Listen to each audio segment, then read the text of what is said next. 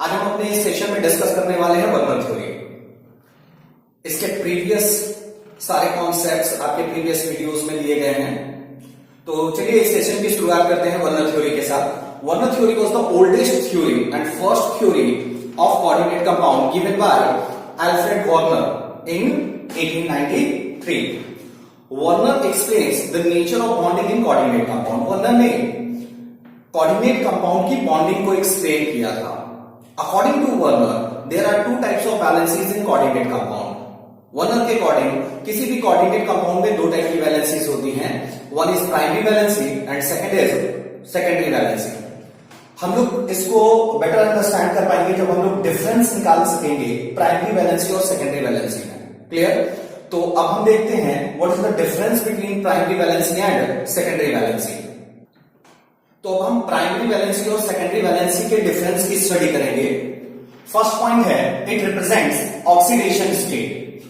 अब जो coordinate compound में जो स्पीसीज ऑक्सीडेशन स्टेट को रिप्रेजेंट करेगा, कोऑर्डिनेट कंपाउंड में जो स्पीसीज ऑक्सीडेशन स्टेट को रिप्रेजेंट करेगा वो क्या कहलाएगा? Primary valency. वाई जब सेकेंडरी वैलेंसी की बात करते हैं तो जो स्पीसीज कोऑर्डिनेशन नंबर को रिप्रेजेंट करेगा वो क्या कहलाएगा? Secondary valency. Second point, satisfied by only anionic ligands. Clear?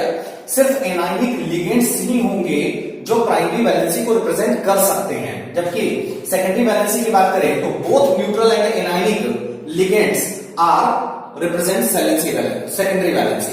Clear? Third point, primary valency is ionisable in nature. जब भी आप अपने कोऑर्डिनेट कंपाउंड को डिसॉल्व कीजिएगा, जब आप उसको आयोनाइज कीजिएगा तो जो पार्ट आयोनाइज हो जाएगा उसमें से वो जनरली रिप्रेजेंट किसको करेगा? प्राइमरी वैलेंसी को। While secondary valency is non ionisable in nature. That means after dissolving जो आपका सेकेंडरी वैलेंसी है वो आयोनाइज नहीं होगा। नेक्स्ट पॉइंट की ओर मूव करते हैं। It does not participate in production of geometry. Suppose कीजिए किसी कोऑर्डिनेट कंपाउंड को आपने डिसॉल्व किया और वो आयोनाइज हो गया। अगर वो आयोनाइज हो गया तो क्या वो उसकी ज्योमेट्री में पार्टिसिपेट कर सकता है? नहीं कर सकता। तो प्राइमरी वैलेंसी हमारी ज्योमेट्री में पार्टिसिपेट जनरली नहीं कर सकता। सेकेंडरी वैलेंसी की बात कर सकते हैं, जनरली और ऑलवेज पार्टिसिपेट इन ज्योमेट्री। ठीक है, हमेशा ये ज्योमेट्री को प्रिडिक्ट करने में पार्टिसिपेट करेगा। एंड लास्ट पॉइंट की बात करते हैं, जब हम इसके स्ट्रक्चर को रिप्रेजेंट करेंगे तो उस टाइम में हम प्राइमरी वैलेंसी को रिप्रेजेंट करेंगे ब्रोकन लाइन से और जो सेकेंडरी वैलेंसी है उसको रिप्रेजेंट करेंगे स्ट्रेट लाइन से। तब हम अपने प्राइमरी वैलेंसी और सेकेंडरी वैलेंसी के सारे पॉइंट्स को एग्जांपल की हेल्प से समझेंगे। एग्जांपल की हेल्प से समझेंगे तो हमारा फर्स्ट पॉइंट क्या था? हमारा फर्स्ट पॉइंट था प्राइमरी वैलेंसी का, it is satisfied oxidation state. ये ऑक्सीडेशन स्टेट को सेटिस्फाई करता है।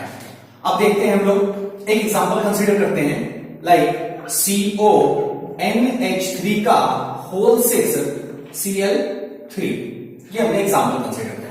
अब ये एग्जांपल कंसीडर किया तो अब मैं इसमें कोबाल्ट का ऑक्सीडेशन स्टेट कैलकुलेट करूंगा X प्लस अमाइन में बता चुका हूं आपको ये न्यूट्रल लिगेंड है। न्यूट्रल लिगेंड है तो वैल्यू क्या होगा? 0 होगा।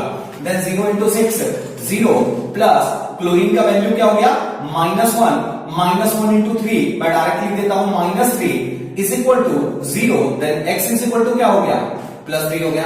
अगर मैं आपसे पूछूं कि इस कोऑर्डिनेट कंपाउंड में मेटल का जो ऑक्सीडेशन स्टेट +3 है उसके लिए कौन सा स्पीसीज रेस्पॉन्सिबल है, तो आप कहेंगे क्लोरीन, क्योंकि इसमें अमाइन ने कोई रोल प्ले नहीं किया।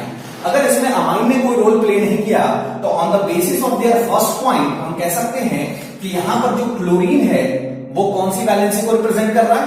प्राइमरी वैलेंसी को रिप्रेजेंट कर रहा है। क्लियर? प्राइमरी वैलेंसी को रिप्रेजेंट कर रहा है। सेकंड, दूसरा एग्जांपल कंसीडर करते हैं, K4FeCl का होल 6। ये एग्जांपल कंसीडर किया है। ऑक्सीडेशन स्टेट निकालते हैं, आयरन X प्लस साइनाइड की वैल्यू -6 -1 into 6 -6 होगा, प्लस पोटेशियम की बात करें तो पोटेशियम का वैल्यू क्या होता है बाबू? पोटेशियम का वैल्यू होता है +1। तो +1 into 4 +4 हो जाएगा इज इक्वल टू 0। जब आप इसको सॉल्व कीजिएगा तो x की वैल्यू क्या आ जाएगी? +2 आ जाएगी। आप इसके कोऑर्डिनेशन नंबर में चेंज नहीं कर सकते, क्योंकि अगर आप कोऑर्डिनेशन नंबर में चेंज कीजिएगा तो ज्योमेट्री चेंज हो जाएगी, ज्योमेट्री चेंज हो जाएगी तो हमारा कॉम्प्लेक्स ही अलग हो जाएगा। तो हम इसमें चेंज कहां कर सकते हैं, हम अपने काउंटर आयन में चेंज कर सकते हैं। लेकिन अगर हम अपने काउंटर आयन के नंबर में चेंज करें, सपोज मैंने K3 कर दिया, तो oxidation state of the iron will be +3। Clear? अगर मैं इसको K2 कर दूं तो हमारे आयरन का ऑक्सीडेशन स्टेट +4 हो जाएगा, विच इज नॉट पॉसिबल, क्योंकि आयरन मैक्सिमम +3 में जाता है। आपने कहा ये पॉसिबल नहीं है, तो हम कह सकते हैं कि इस कॉम्प्लेक्स के मेटल आयन का ऑक्सीडेशन स्टेट किस पे डिपेंड कर रहा है, पोटेशियम पे डिपेंड कर रहा है। और अगर ये पोटेशियम पे डिपेंड कर रहा है तो मैं कह सकता हूं potassium reflects primary valency. Potassium किसको रिफ्लेक्ट कर रहा है, प्राइमरी वैलेंसी को रिफ्लेक्ट कर रहा है। अब हम चलते हैं सेकेंडरी वैलेंसी की साइड। सेकेंडरी वैलेंसी की साइड चले तो सेकेंडरी वैलेंसी में क्या कहा, it satisfies coordination number, coordination number. तो क्या हमारा ये जो आउटसाइड द कोऑर्डिनेशन स्फीयर जो आपने स्पीसीज कंसीडर किया है, आइदर इलेक्ट्रोपॉजिटिव और इलेक्ट्रोनेगेटिव, क्या ये कोऑर्डिनेशन नंबर को रिप्रेजेंट करता है? नहीं। कोऑर्डिनेशन नंबर के लिए आप प्रीवियस वीडियो देख सकते हैं, ये कोऑर्डिनेशन नंबर को रिप्रेजेंट नहीं करता। तो कोऑर्डिनेशन नंबर को रिप्रेजेंट कौन कर रहा है, अमाइन, और यहां पर कौन रिप्रेजेंट कर रहा है, साइनाइड। तो ये अमाइन हमारा क्या हो गया, सेकेंडरी वैलेंसी, और ये साइनाइड भी क्या हो गया हमारा, सेकेंडरी वैलेंसी। तो आपने कहा एक कॉम्प्लेक्स को हमने नेचर ऑफ बॉन्डिंग के हिसाब से दो पार्ट में बांटा, प्राइमरी वैलेंसी, सेकेंडरी वैलेंसी, जिसमें से प्राइमरी वैलेंसी ऑक्सीडेशन स्टेट के लिए रिस्पॉन्सिबल है, while secondary valency coordination number के लिए रिस्पॉन्सिबल है। अब हम आते हैं अपने सेकंड पॉइंट पे। सेकंड पॉइंट की बात करते हैं। सेकंड पॉइंट की बात करें तो सेकंड पॉइंट में प्राइमरी वैलेंसी की साइड आपने लिखा था satisfied by only anionic ligands, और सेकेंडरी वैलेंसी की साइड आपने लिखा था it is satisfied by both anionic and neutral ligands. Example से समझते हैं इस चीज को। हम एक न्यूट्रल कॉम्प्लेक्स कंसीडर करते हैं। न्यूट्रल कॉम्प्लेक्स हमने कंसीडर किया CO NH3 का होल 6 सॉरी NH3 का होल 3 Cl3। एक न्यूट्रल कॉम्प्लेक्स है, ना ही आपने इलेक्ट्रोपॉजिटिव काउंटर आयन यूज किया है, ना इलेक्ट्रोनेगेटिव काउंटर आयन यूज किया है। अगर मैं इसकी बात करूं तो ऑक्सीडेशन स्टेट निकाल दें, X प्लस अमाइन का वैल्यू क्या बताया मैंने आपको बाबू, 0, तो 0 into 3 0, प्लस क्लोरीन का वैल्यू क्या हो जाएगा, किसी भी हेलाइड का वैल्यू -1 होता है, तो -1 into 3 -3 is equal to 0। Solve किया हमने तो x इज इक्वल टू आ गया +3। तो मैं कह सकता हूं यहां पे कि इस न्यूट्रल कॉम्प्लेक्स में मेटल के ऑक्सीडेशन स्टेट के लिए क्लोरीन रिस्पॉन्सिबल है। If your chlorine is responsible then you call it primary valency. आपने कहा ये प्राइमरी वैलेंसी है। अब प्रॉब्लम ये आ गई कि सर ये जो क्लोरीन है ये हमारे कोऑर्डिनेशन नंबर को भी रिप्रेजेंट कर रहा है। अगर ये कोऑर्डिनेशन नंबर को भी रिप्रेजेंट कर रहा है तो इस केस में हमारा अमाइन और क्लोरीन दोनों किस तरीके से बिहेव करेगा, सेकेंडरी वैलेंसी की तरह। तो एक चीज तो बड़ा क्लियर हो गया कि इस केस में अमाइन जो है वो सिर्फ सेकेंडरी वैलेंसी की तरह रोल प्ले कर रहा है, बट हमारा क्लोरीन जो हमने यहां यूज किया है लिगेंड वो प्राइमरी वैलेंसी की तरह भी बिहेव कर रहा है और सेकेंडरी वैलेंसी की तरह भी बिहेव कर रहा है। अब देखिएगा इस कॉम्प्लेक्स में हम अपने उस लाइन को पुट करते हैं। Primary valency is satisfied by only anionic ligands. ये आपका न्यूट्रल लिगेंड है, ये एनायनिक लिगेंड है, तो प्राइमरी वैलेंसी को इस टाइप के कॉम्प्लेक्स में सिर्फ कौन सेटिस्फाई कर रहा है, एनायनिक लिगेंड। व्हाई जब सेकेंडरी वैलेंसी की बात करते हैं तो सेकेंडरी वैलेंसी में आपने लिखा था secondary valency is satisfied by both neutral and anionic ligand. Both neutral and anionic ligand is satisfied by secondary valency. Clear? अब हम अपने थर्ड पॉइंट की बात करते हैं। तो हमारा थर्ड पॉइंट था primary valency is ionisable in nature while secondary valency is non ionisable in nature. ये हम लोग पहले भी पढ़ चुके हैं। एक एग्जांपल कंसीडर किया मैंने K4FeCN का होल 6। मैंने कहा जब आप इसको डिसॉल्व कीजिए ऑन डिसोल्यूशन, ये हम लोग प्रीवियस वीडियो में कर चुके हैं, आप देख सकते हैं वहां से। ऑन डिसोल्यूशन जब आप इसको डिसॉल्व कीजिएगा तो आपको मिलेगा 4K प्लस FeCN का होल 6 4 माइनस। क्लियर? तो अगर हम फर्स्ट पॉइंट के हिसाब से चले तो हमारा पोटेंशियल था जो ऑक्सीडेशन स्टेट को रिप्रेजेंट कर रहा था, अगर हम सेकेंड पॉइंट के हिसाब से चले तो वो न्यूट्रल कॉम्प्लेक्स नहीं है यहां पे। तो हमने कहा कि जब आप इसको डिसॉल्व कीजिएगा तो आपको आयंस मिलेंगे किसके, पोटेशियम के। पोटेशियम के आयंस मिलेंगे, that is this part is ionisable in nature. If this part is ionisable in nature it reflects primary valency. लेकिन साइनाइड आपके कोऑर्डिनेशन नंबर को रिप्रेजेंट कर रहा था, तो क्या ये आयनाइज हुआ है? नहीं, ये पूरा का पूरा कॉम्प्लेक्स आयन है, बट यहां पे फ्रेगमेंटेशन नहीं हुआ। फ्रेगमेंटेशन नहीं हुआ, आपने कहा this part is non ionisable in nature which reflects secondary valency. ये क्या रिप्रेजेंट कर रहा है आपको? सेकेंडरी वैलेंसी को रिप्रेजेंट कर रहा है। क्लियर हुआ ये तीनों point? Fourth and fifth point को समझने के लिए हम लोग एक एग्जांपल कंसीडर करेंगे फोर्थ एंड फिफ्थ पॉइंट के लिए। फोर्थ पॉइंट क्या था आपका? फोर्थ पॉइंट आपका कॉम्प्लेक्स का था, प्राइमरी वैलेंसी और सेकेंडरी वैलेंसी का फोर्थ पॉइंट था। Primary valency does not participate in prediction of geometry while secondary valency participate in prediction of geometry. And fifth point था primary valency is represented by broken line and secondary valency is represented by straight line. तो हम एक example consider करते हैं जो ये दोनों point clear कर रहे हैं। An example is CONH3 का whole 6 Cl3। अब कुछ पॉइंट्स हैं जिनको जानना जरूरी है। पहले अगर मैं बात करूं कोऑर्डिनेशन नंबर की, तो इस कॉम्प्लेक्स का कोऑर्डिनेशन नंबर कितना होगा? 6 होगा, क्योंकि नंबर ऑफ लिगेंड 6 हैं एंड अमाइन जो है वो कैसा लिगेंड है? Monodentate ligand. तो मोनोडेंटेड लिगेंड होने के कारण आपने कहा इसका कोऑर्डिनेशन नंबर 6 है। अब कोऑर्डिनेशन नंबर जो हमें पढ़ना है, यहां पे जनरली जो पूछा जाता है वो दो तरीके के कोऑर्डिनेशन नंबर आपसे पूछे जाएंगे, coordination number 4 and coordination number 6। Coordination number 4 की बात करें तो यहां पे दो तरीके की ज्योमेट्री होगी। एक का हाइब्रिडाइजेशन होगा DSP2 and the second one is SP3। ठीक उसी तरीके से अगर कोऑर्डिनेशन नंबर 6 की बात करें तो इसके भी दो हाइब्रिडाइजेशन होंगे, one is D2SP3, second one is SP3D2। ये जो मैं हाइब्रिडाइजेशन लिख रहा हूं ये नेक्स्ट सेशन में हम लोग डिस्कस करेंगे। फिलहाल अभी मैं ये इसलिए बताना चाह रहा हूं क्योंकि मुझे आपको ज्योमेट्री बतानी है। अगर DSP2 की ज्योमेट्री की बात करें then it is square planar, और आप जानते हैं SP3 की ज्योमेट्री क्या होती है? टेट्राहेड्रल। तो अभी हमने जो कॉम्प्लेक्स लिया उसका कोऑर्डिनेशन नंबर कितना है? 6 है। आपका हाइब्रिडाइजेशन आइदर D2SP3 हो या SP3D2 हो, दोनों की ज्योमेट्री क्या होगी? ऑक्टाहेड्रल। केमिकल बॉन्डिंग में आप लोगों ने ऑक्टाहेड्रल, टेट्राहेड्रल, स्क्वायर प्लेनर ये सारा पढ़ा है। तो अभी हम उसी के बेस पे अपने कॉम्प्लेक्स की ज्योमेट्री डिसाइड कर रहे थे। तो ज्योमेट्री क्या हो गई हमारे कॉम्प्लेक्स के? Octahedral, because of coordination number 6। अब ऑक्टाहेड्रल है तो बीच में हम रखते हैं मेटल को, ये मेटल हो गया हमारा कोबाल्ट। अब चूंकि हम ऑक्टाहेड्रल में जानते हैं इसमें 4 इक्वेटोरियल बॉन्ड और 2 एक्सियल बॉन्ड प्रेजेंट होते हैं, तो हम ड्रॉ कर लेते हैं 4 equatorial bond and 2 axial bond. 4 equatorial 2 axial. अब आपको एकदम क्लियर पता चल गया होगा कि अगर मैंने ये स्ट्रेट लाइन खींचा है लिगेंड के रिप्रेजेंटेशन के लिए, तो यहां पर मैं जो लिगेंड लिखने वाला हूं वो रिप्रेजेंट करेगा सेकेंडरी वैलेंसी। तो सेकेंडरी वैलेंसी कौन है हमारे पास? अमाइन NH3 ये सेकेंडरी वैलेंसी। हर एक नाइट्रोजन के पास लोन पेयर प्रेजेंट है और सारे नाइट्रोजन अपने लोन पेयर किसको डोनेट कर रहे हैं? कोबाल्ट को डोनेट कर रहे हैं। तो कोबाल्ट के साथ इनका कौन सा बॉन्ड बन गया? कोऑर्डिनेट बॉन्ड बन गया। ये ज्योमेट्री हो गई ऑक्टाहेड्रल, जो किसके बेसिस पे आपने डिसाइड किया है? सेकेंडरी वैलेंसी के बेसिस पे। इस पे आपने प्राइमरी वैलेंसी का कोई यूज नहीं किया।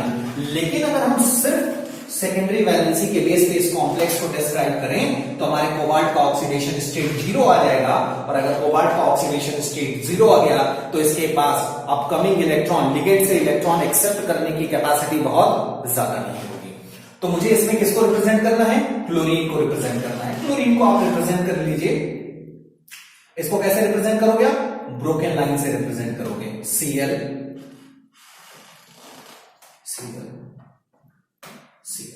अब इस स्ट्रक्चर को देख के आपको क्लियर हो गया।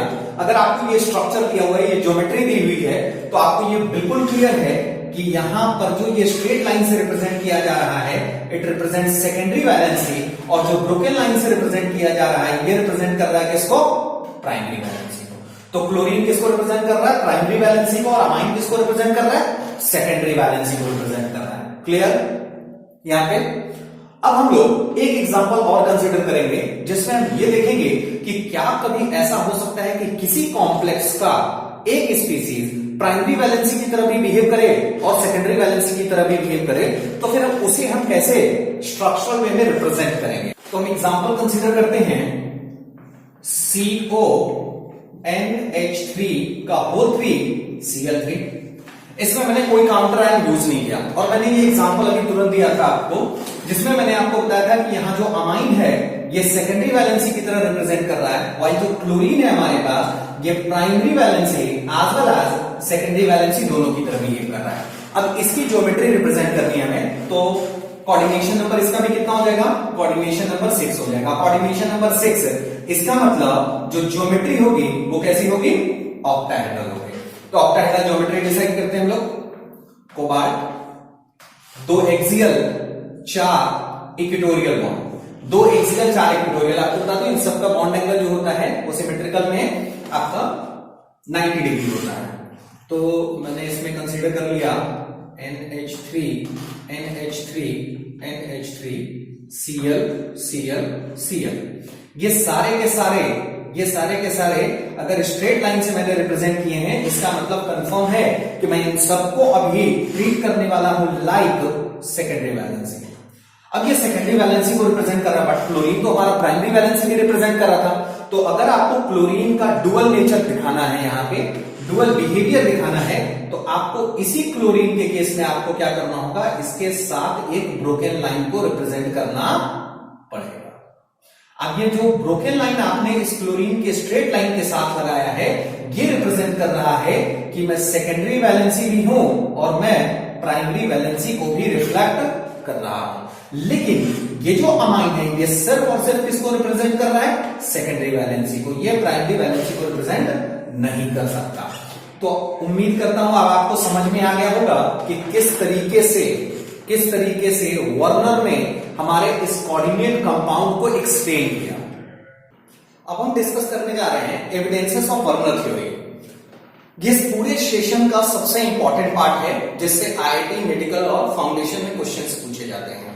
तो आइए हम अपना एक एग्जांपल कंसीडर करते हैं, एग्जांपल से समझते हैं इनके एविडेंसेस को।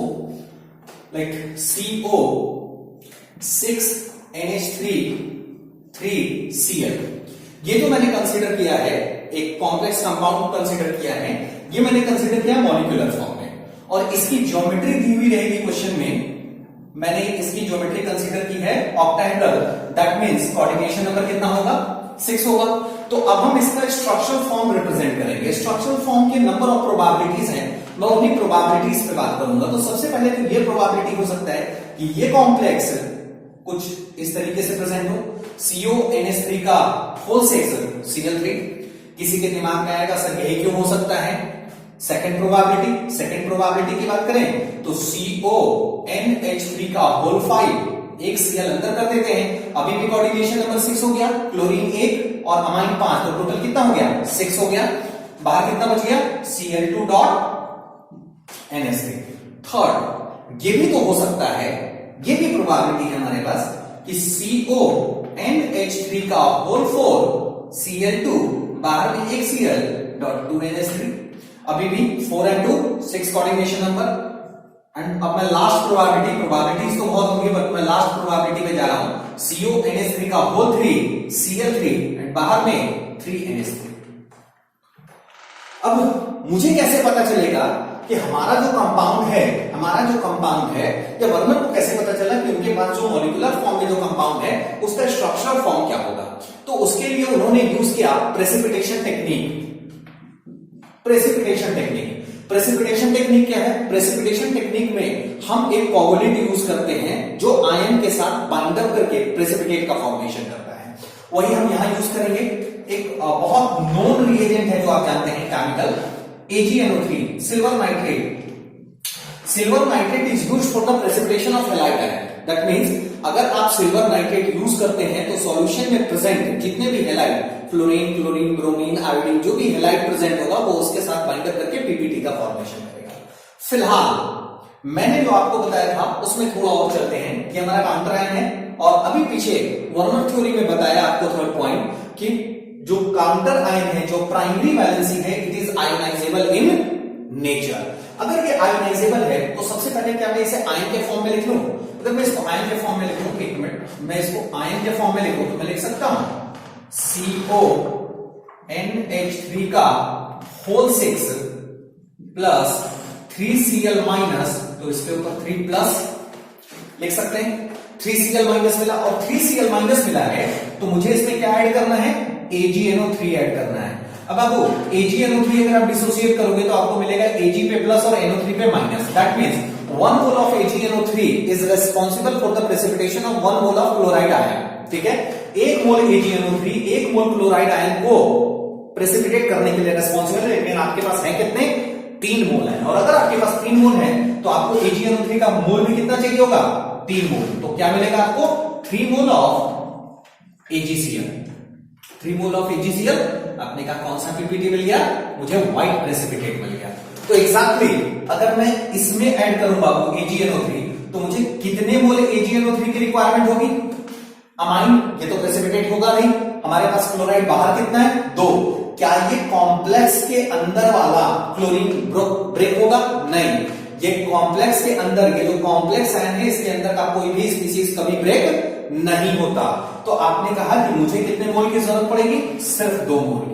और अगर मैंने 2 मोल AgNO3 यूज किया तो मुझे मिलेगा 2 मोल ऑफ AgCl। इस केस में क्या ये 2 क्लोरीन AgNO3 के साथ रिएक्ट करेंगे?